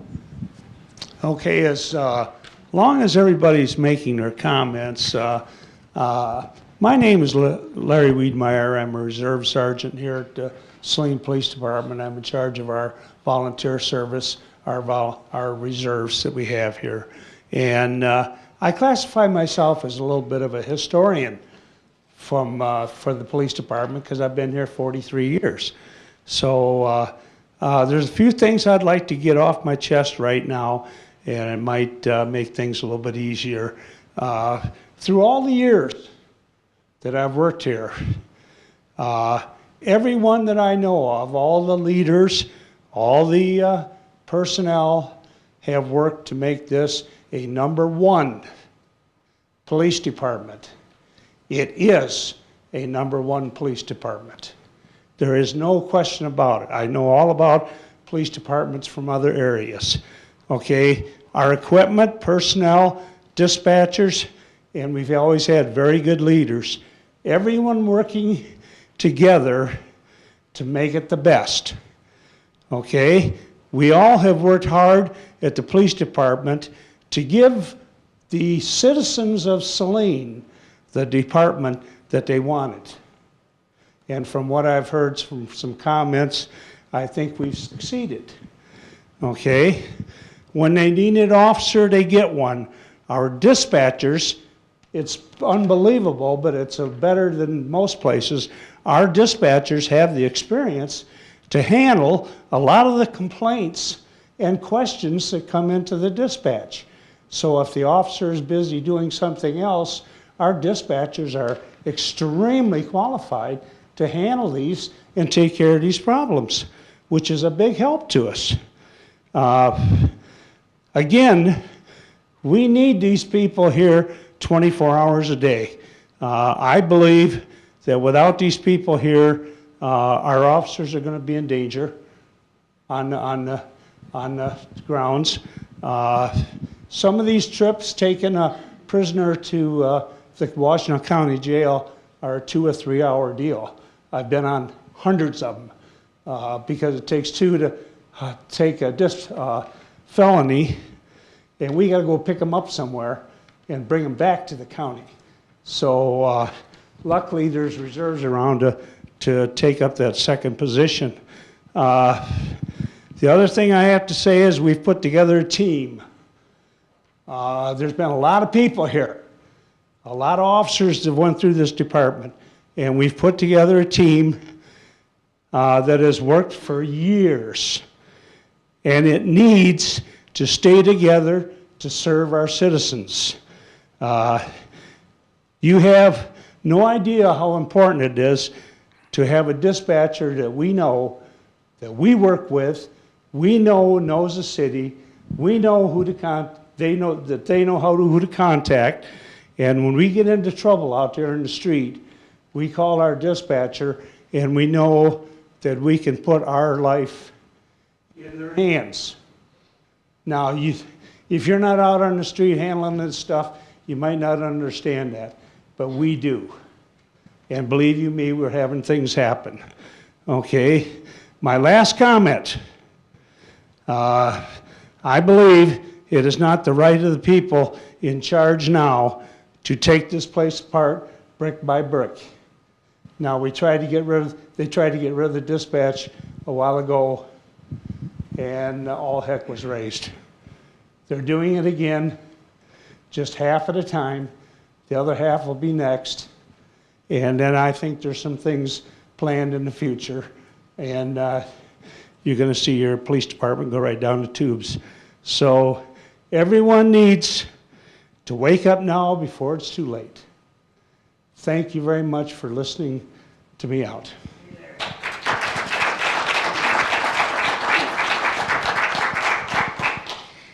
I'm Mary Hess, and I'm proud to have served this city as a council member for 22 years. I'm proud that we have a $6.3 million building that was going to be the state of art for the police department. I also have, there was a questionnaire handed out to people to fill out 3 years ago. And if you notice, it says to raise taxes. There are two things in two columns that are very high. It says raise taxes, they would be willing to, for police and fire. That is the bottom two columns, okay? Now, the building code permit, that's way down there. There's quite a few that are way down there. Now, if you want to see it on another page, it says raise taxes. And the bottom two columns again are very high. So we hold our police and our safety very, very close to our heart. I did mention at the council meeting, and they had a capital improvement plan that we're talking about the next 3 years. And they still apparently have a possible farmer's market structure for $700,000, but that's a possibility. And a streetscape, I see $1,845,000. But, and there's other things in here, but we definitely need, when I first came here, they had a light on the four corners. And if you called the cop, it lit up, and we had a phone booth where the cop went. And to think that we are getting back to where we're going to have to go to the outside of this door to get on a phone, to get 911, after 50-some years of living here, I can't believe it.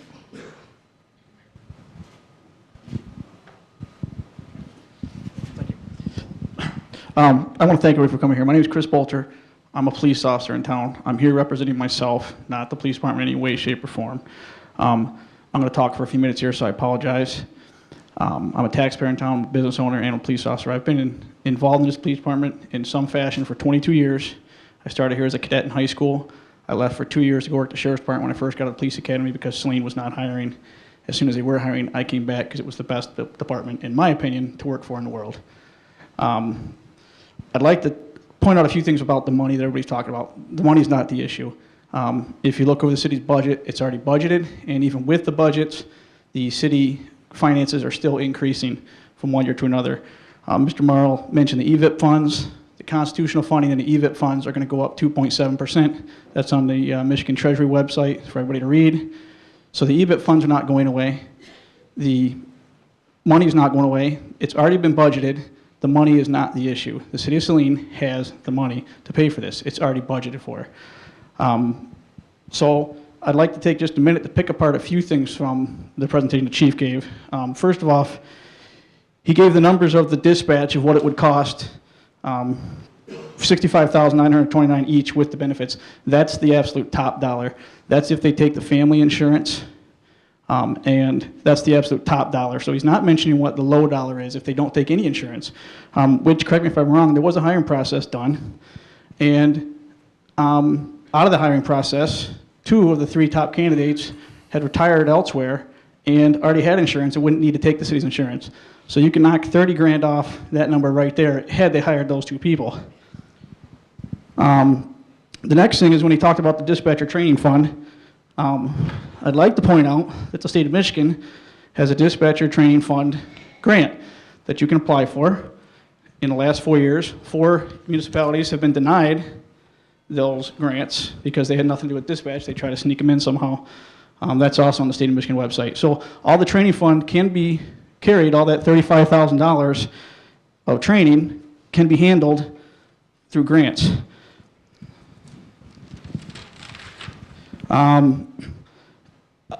As far as the costs, when they talked about Washtenaw County Sheriff's Department, and I'm not going to ignore Milan, but Milan hasn't done this before, Washtenaw County has, so that's who it's kind of getting attacked, for lack of a better term right now. I'd like to point out a few things. Number one, if you all recall, I worked at the Sheriff's Department for 2 years. It's a great place to work. I have nothing bad to say about the people who work there. Great employees. I really enjoyed it a lot. However, what needs to be seen, I left the Sheriff's Department also because they were going to do the pay for patrol. And the first year, the sheriff told all the outside counties and townships a cost of what it would cost for the pay for patrol. If you all recall, once that contract was up, it doubled. So the $46,000 they're saying, I would question the accuracy of that and if that's going to continue after 1 year. So remember that that fee greatly increased. Likewise, when the employees were told about this, Mr. Campbell, correct me if I'm wrong, but you, and this is a quote, said, "We already know that it doesn't work for Washtenaw County Sheriff's Department." You said that, so why we even bother looking at them? And further, the response time with the Sheriff's Department is not good. I can tell you from working there, it's no offense towards the people that work there, it's because of call volume. We talked about Pleasant Ridge School. If you recall, 2 years ago, I believe it was, when the kids spray painted the school, I'm the one that caught those kids. Okay, that call came in as 2 guys walking around the school. I can assure you if that call goes to Central Dispatch, it's going to sit and sit and sit. It's not going to get handled timely. Had it not come to our dispatch and had, I believe it was Gene that dispatched me to it, I got there within about 2 minutes after the call came in and we caught the guys. Had we not, we would have, they would have got away with it. When he talks about the calls of service from the 8 p.m. to 8 a.m., he says 30 to 40% of all calls come in from 8 p.m. to 8 a.m. as far as phone calls and stuff. To me, that's very significant because driving around this town, drive around the city of Saline at 3 a.m. Usually the other car I see is the other patrol car. I would bet 80 to 90% of the citizens are probably all asleep that time. So if you're getting 30 to 40% calls coming in during that time, I think that needs to be looked at. That's pretty significant. And I can assure you from working nights and days, because I do work the 8 p.m. to 8 a.m. shift, I will assure you that the majority of the calls that we do get are far more serious in nature than the day shift calls. From my own personal thing, when we bring someone in here to fingerprint, who's going to watch the monitor to make sure I'm not getting beat up? And any cop will tell you they've had incidents where they're fingerprinting someone, and next thing you know, they're fighting with them. I know for a fact it has happened to me at least 4 times since I've been here. I'd like to know who's going to be watching my back. Once again, I apologize for taking so long. I just want to bring up a lot of good points here while I got the mic. I'd also like to point out when they talk about the nighttime visitors, I can assure you when they talked about the different percentage of the nighttime visitors, the people who are here at night, they're not here to pick up paperwork. They're not here to pick up gun permits, to apply for gun permits, to apply for FOIAs and stuff. They're here because they need help. The people that come in that door need help, and I don't care if it's only 1 person a year. To me as a police officer, it's my job to help people.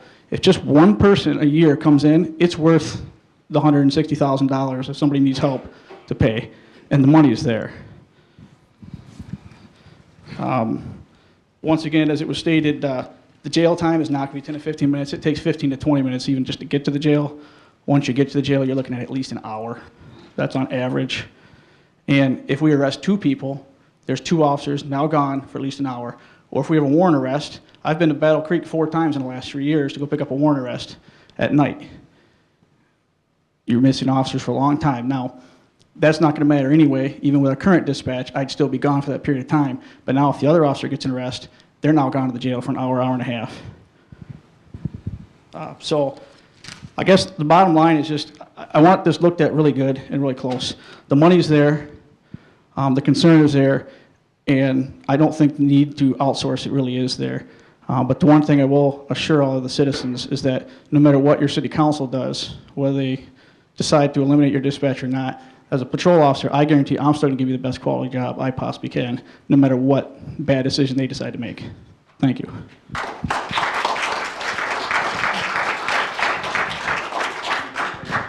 Sorry for standing up again. I forgot to tell you my name. My name's Lisa Slauson, and I live in Maplewood Farms. Just a couple things. First of all, when we moved here back in 1998, it was probably 2004, and my almost 20-year-old was young.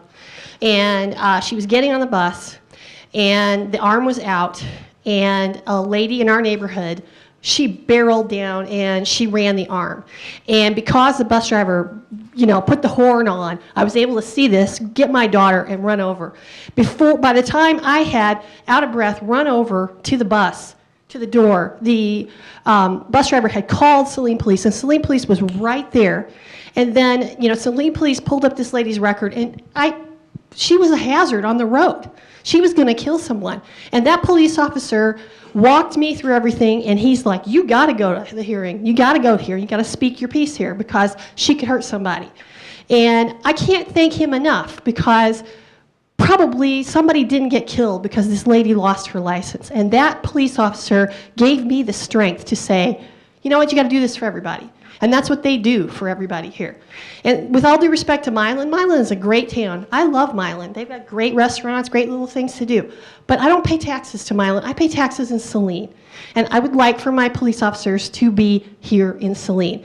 You know, if on a Saturday night at 10 o'clock somebody's beating the crap out of their spouse, and then the police officers have to take both spouses because you find out they're beating up both spouses, they got to take them. What if there's a home invasion at 10:30?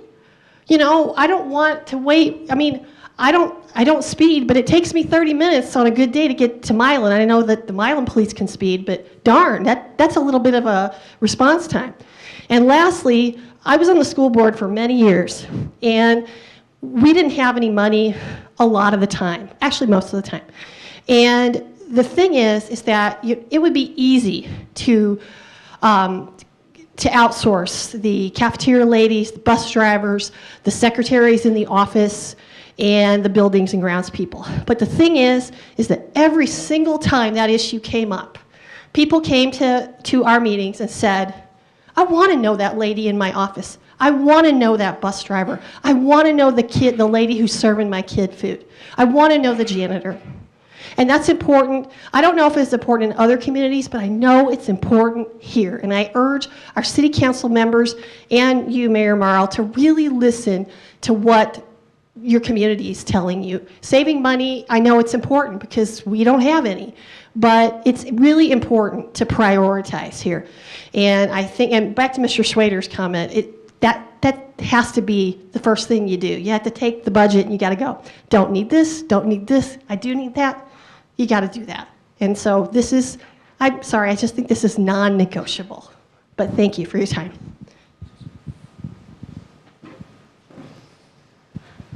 How many more questions do we have here out of curiosity? Gary, did you want to make a comment? Okay, so maybe we've got 4, 5 maybe? Okay, so it's, you want to do it? Okay. I just have a quick example, kind of a more light-hearted one. A couple years ago, I called dispatch about 4:30 in the morning. I happened to be up at that hour, not usually, but I happened to be up and the windows were open. It was in the summer, and I heard a suspicious vehicle, I thought it was. So I called 911 and said, there's somebody, I think that's casing out the neighborhood. That's what it sounded to me. They asked me to describe the vehicle. I described the vehicle. They said, oh, that's your paper carrier. They knew that vehicle. They knew what that vehicle was doing. They didn't need to dispense an officer there. So it speaks volumes to me. They know the community. So thank you. Yeah, my name's Joe Wiedmeyer. I work for the City of Saline in the water treatment and was a reserve for 5 years here. And I know in the past, when a warrant arrest was made, they always had to call Washtenaw County to see if they would actually take the prisoner. Is that going to be different when it's a normal arrest? I know how they are on Fridays and Saturday nights over there. No, it won't be different. It'll be just like our lockup. Okay, but they will actually accept prisoners on? Yes. Okay. And so would Milan. I just got a few-page statement here I'd like to read. First of all, I want to thank you for listening to us and letting us provide you with our perspective of how things are going to change or differ for outsourcing. My perspective comes in part as being a former police administrator myself. For those of you not familiar with me, my name is Terry Seams. I am a current police officer and dispatcher here at the City of Saline.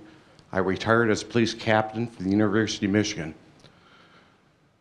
I hold a degree in public safety administration and a graduate of the Northwestern University School of Staff and Command and the FBI National Academy. I think I know a little bit of what I'm talking about. When deciding to undertake such a change, such as the one are being discussed, we know that the cost-benefit factor has to be weighed. While the city may be saving some financial costs, the benefits to the city, citizens will be very little. The position of dispatcher involves so much more than simply answering a telephone call and telling officers where to respond. Dispatchers are ambassadors to the city and to the citizens of this community. Often, the only time a citizen has contact with the city government is when they talk to a dispatcher. Dispatchers are very much part of the community policing philosophy, with the Saline communities being the first priority.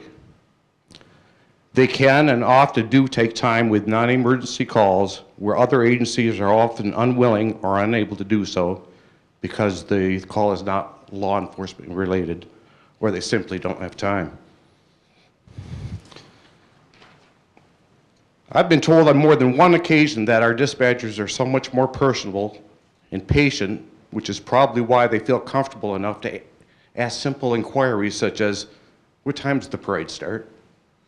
Or could you tell me where the farmer's market is this week? Or the elderly lady who called 911 a couple of weeks ago when I was sitting on dispatch because her pipes in her basement were leaking and beginning to flood her basement. It was not law enforcement related. We helped her out as much as we could.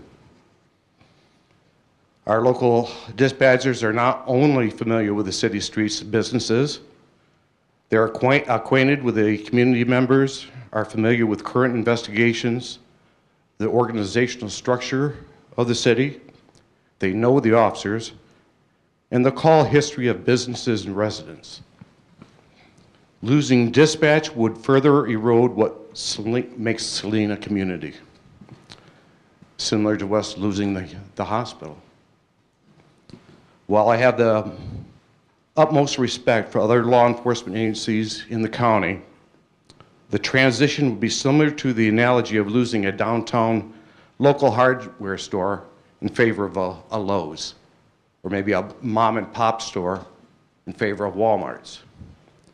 You can get great deals at Lowe's and Walmart's, but do you think the customer service is the same?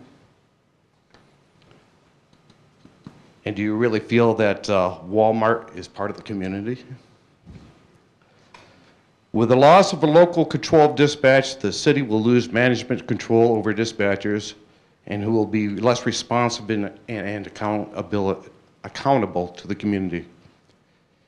Communication between officers and dispatchers will be more cumbersome, and the officers will lose a valuable asset. They assist in monitoring suspect interviews, making phone calls, researching names, addresses, call history, and other information related to incidents, which is what happens now. If the decision is made to outsource, several issues, of course, have to be addressed, which the chief did bring up earlier, such as the tornado warnings, the funding sources, City Hall after-hour security, phone installations, whatnot. And many will say that we can always go back. But the funds that are already expended towards outsourcing setup costs and reestablishing dispatch in the future will be cause for hesitation because those funds have already been spent. And finally, there's a few questions that if this is the next step in total law enforcement consolidation and the elimination of the police department. In 2010, the police department had 19 full-time employees. Today, there is 14. If my math is correct, that's a 26% decrease. We have a police department that has a long history of providing high-quality service to the community and keeping it safe. And I ask you not to do anything that will change that. If it isn't broke, don't fix it unless you're going to improve the service. Thank you.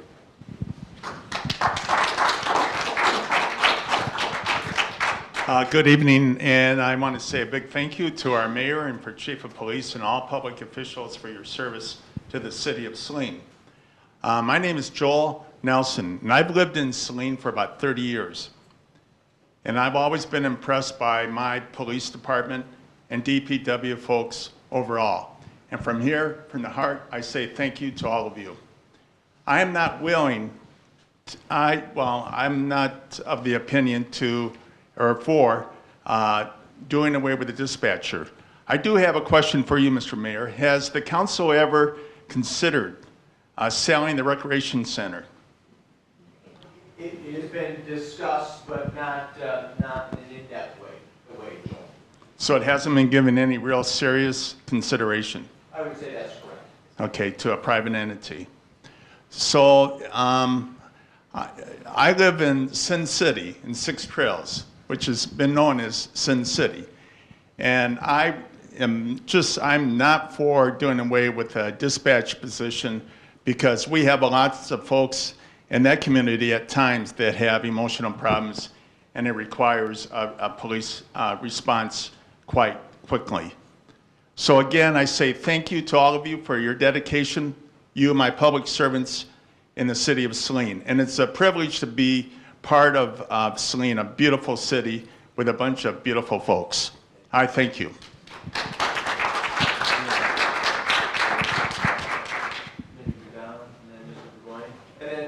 Officer Bolger, did you have another comment, sir? Just quick. Okay, and then maybe Todd, we'll wrap up with Todd then. So 4 more. My name's Donna Johnston. I'm a lifelong resident of the city of Saline.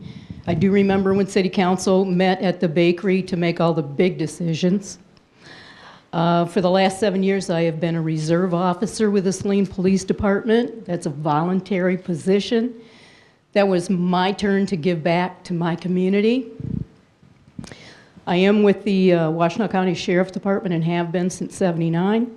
So I do know there's a huge difference in the type and the speed of service that you get from one department to the other.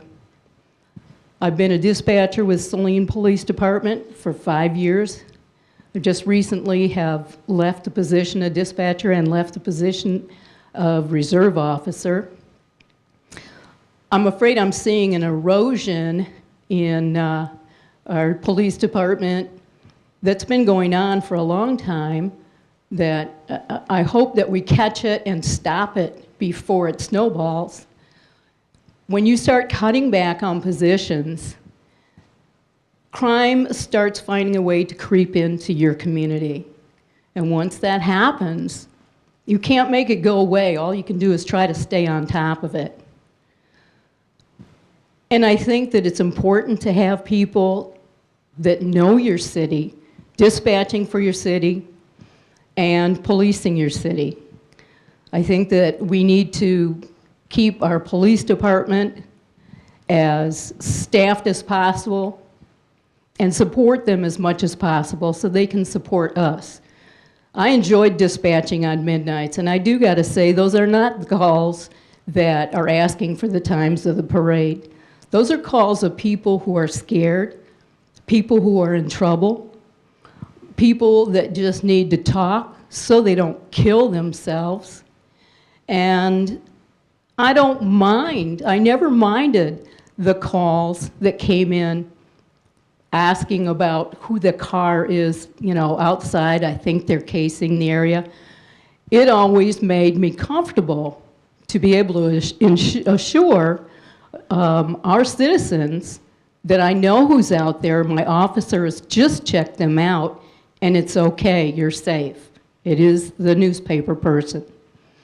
I've also had the privilege of when a person has called and said, I've fallen, I've broken my leg, I can't get up, I need an ambulance, and I can't tell you where I am because I'm in front of my daughter's house and I don't know what her address is.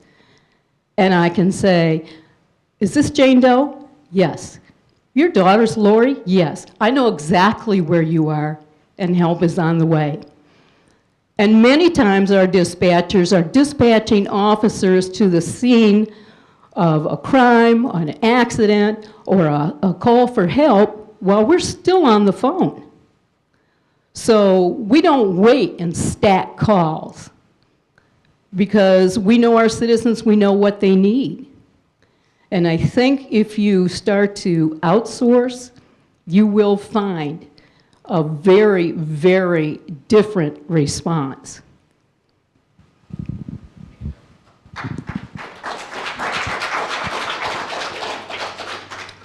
I've 3 items in listening here tonight.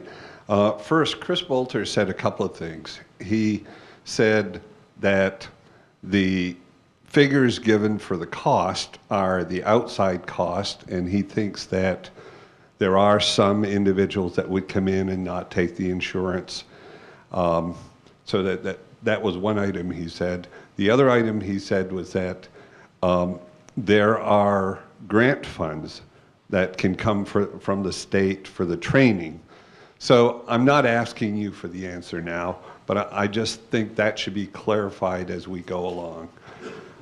The second item that I noticed is that there was talk about how much time it would take to bring somebody to a holding cell somewhere else. And that in some cases 2 officers would have to go. These holding cells were built a few years ago, so we have some record of how often that happens, how many people have been held in the holding cells. At some point, I'd like the council to know that, you know, the kind of frequency issue. And on Officer Bolter's comments, if part of what he says was right, I think it would be useful for the council to know that. And then the third item, I heard, Mr. Mayor, you said something about the revenue sharing has gone away. Well, I don't think it has. I think we have constitutional revenue sharing. I think we have statutory revenue sharing, and we have the new EVIP, which is the part where if you attempt to collaborate, you don't really have to collaborate, you have to make your attempts. Then you get the bonus part. So I do think that what somebody else said, I saw also from Department of Treasury, that was 2.7% bump. I think that's right. So I think we will still have the revenue sharing in the same way. And we would, whether we do or do not do a change to the manner of dispatch of our evening dispatch, I don't think that would affect the EVIP, because we have other things we can throw in there, tell a good story, and still get the EVIP. That's my thought of it. If I might, I'll go right there, Chris. Just for clarification, the EVIP did replace the statutory revenue sharing, and while it has been reduced, it is slightly increasing, absolutely. And they've broken this. The EVIP is broken up into thirds. So to qualify for the first third, I believe it's October 1st, municipalities have to. It's Truth and Transparency. That's where you can go on and see it's called our dashboard. The citizens budget guide, which are posted and updated on the website. The next one is the collaboration consolidation piece, where just Mr. Burgoyne said absolutely right that at least you have to attempt to share and consolidate or collaborate on some things, and we do. We've put a number of things this year as we continue to work on things. The mayor touched on some things that we've looked at that we've put on the list, but it's for that particular year. I believe that February 1st was due for that. So as long as they agree with what we put on there, we would qualify for the second third. We did qualify for the first third of our payment. It's a little over $100,000, and so to me that's a lot of money, especially in these days. But even before these days, still a lot of money. But so we're waiting to hear if we qualified for the second third, and then the third part of EVIP payment is based on employee compensation and how that, and of course, this between the governor's office and the state legislature, they continue to change and tweak that and make it a little more difficult and unuser-friendly to qualify for that third piece. So just so you got the proper context.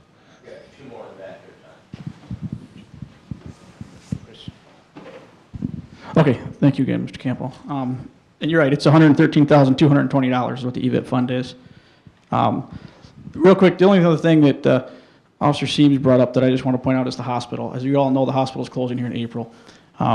If you have an emergency at 3 in the morning and your dispatch center closes, I'd advise going to the Speedway gas station because that's the only spot you're going to find a human. Because if you need problem, need help here and you run in and you pick up the phone, who knows how long it's going to be before we as an officer know to come help you. It might be 1 minute, but it might be 10, it might be 20, it might be an hour. It depends how long. You just don't know. If you're willing to take that chance to allow this. A lot of numbers and everything been thrown around. I think the key is it's not a matter of numbers, it's a sense of security. You don't sit around at 3 in the morning worrying about, do I have $100 in the bank when you hear a noise? You don't worry about that kind of stuff. It's a sense of security here. Since February 15th, I've been kind of paying attention. We've had 10 incidents of people coming to the lobby for some sort of emergency or some sort of necessary thing or not necessarily just coming to the lobby, but calls between 8 p.m. and 8 a.m. that would have been, this is just while I was working for the most part, that would have been greatly hindered had we not had a dispatch center, including the 3 individuals that were arrested for homicide that happened mostly after 8 p.m., including some arrests that were made. I had a domestic assault where a young man pulled a knife on his sister. And to quote the grandma, she said, "I thought you guys were closed. Thank God you were still open." The last thing I just want to point out real quick is just that I live in Saline Township. My house got broken into in 2011. My neighbor called the sheriff's department and said, "There's some suspicious guys walking through my neighbor's yard." They didn't send anybody out. He then called my wife, who then called me. We played a telephone game for a while. And I said, "Well, that's odd." I got permission. I was actually working at the time. I lived just south of town, not too far. Thankfully, the chief of police at that time gave me permission to go check out my house. I did. It was broken into. After I got there, I called the sheriff's department on the radio and said, "Hey, my house got broken into." And then they finally sent a car out. It was 25 minutes after my neighbor had called when I got there and I called. So there's 20 minutes that a house got broken into. I almost was going to leave my kids there and have the next door neighbor come over and babysit. Thankfully, that didn't happen. So the response times are going to change. Our response time is not as an officer. As soon as I get called on the radio and told to go to your house or your business or whatever, I'm going to be there as quick as I can. What's going to change is the time from when you call to the time we get dispatched. And any dispatcher, any police officer will attest to the fact that that time has changed also for the fire department. Our fire department does a great job. When the fire department says their response time hasn't changed, that is correct. Their response time has not. From the time they get the call to the time they get there is excellent. The problem is we receive some of these 911 calls for medical.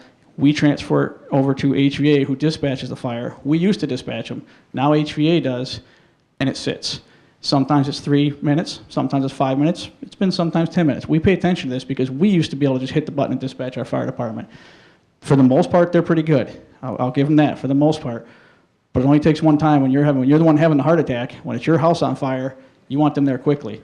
And I would think the same thing would be when you've got somebody walking through your backyard, you're going to want the police there quick. And I can assure you from working at the sheriff's department for 2 years, somebody walking through someone's backyard is not going to elicit a quick response. Now, I would imagine from Milan it probably will. They have similar size city. I think Milan will do a great job as far as attending to some of that stuff, but it's still going to lose the Saline and the local level of the ability to respond and knowledge. So thank you all very much.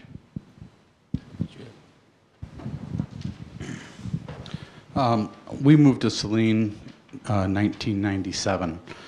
We moved from Ann Arbor. The millage rate in Saline was 35 mils. Ann Arbor was 48 mils. Now Saline's 44, Ann Arbor's 45. I'd like the city council to sharpen a different pencil. That's all I want to say about it. It's just not the pencil to sharpen. There's somewhere else we're spending money, and it might be the $60,000 wall I look at when I come in this room, and it makes me sick almost. But you know, yes, Brian, you give me a funny look, but when we built this beautiful new city hall, that wall cost $60,000 to create. We had a surplus budget, and we spent it on a city hall. And now we're going to get rid of the holding cells. I mean, we won't use them, at least in the evening, or maybe someday never.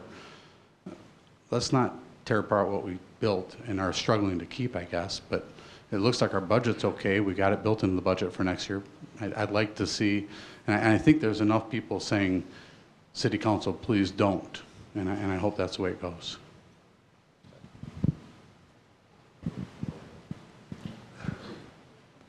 Well, first of all, Todd, I appreciate your comments. When the vote was authorized to construct this building, I was in the 8th grade. So I hope you won't hold me accountable for the sins of my predecessors.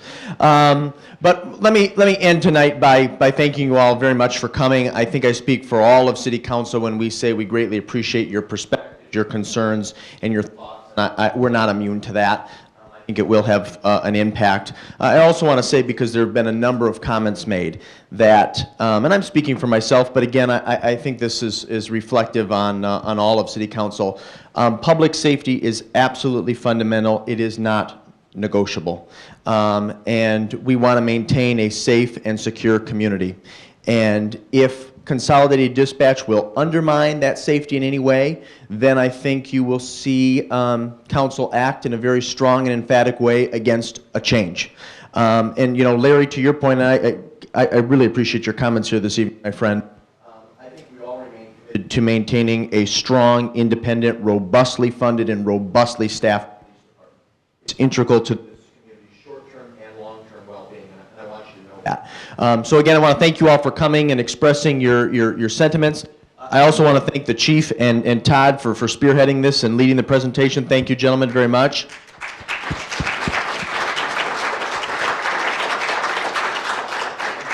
Who are interested, we do have another forum on Wednesday morning, come snow or fair weather, 9 a.m. to 10:30 here in council chambers. And if you'd like to attend and raise additional concerns and ask questions, we would welcome that. Thank you so much. Have a good evening.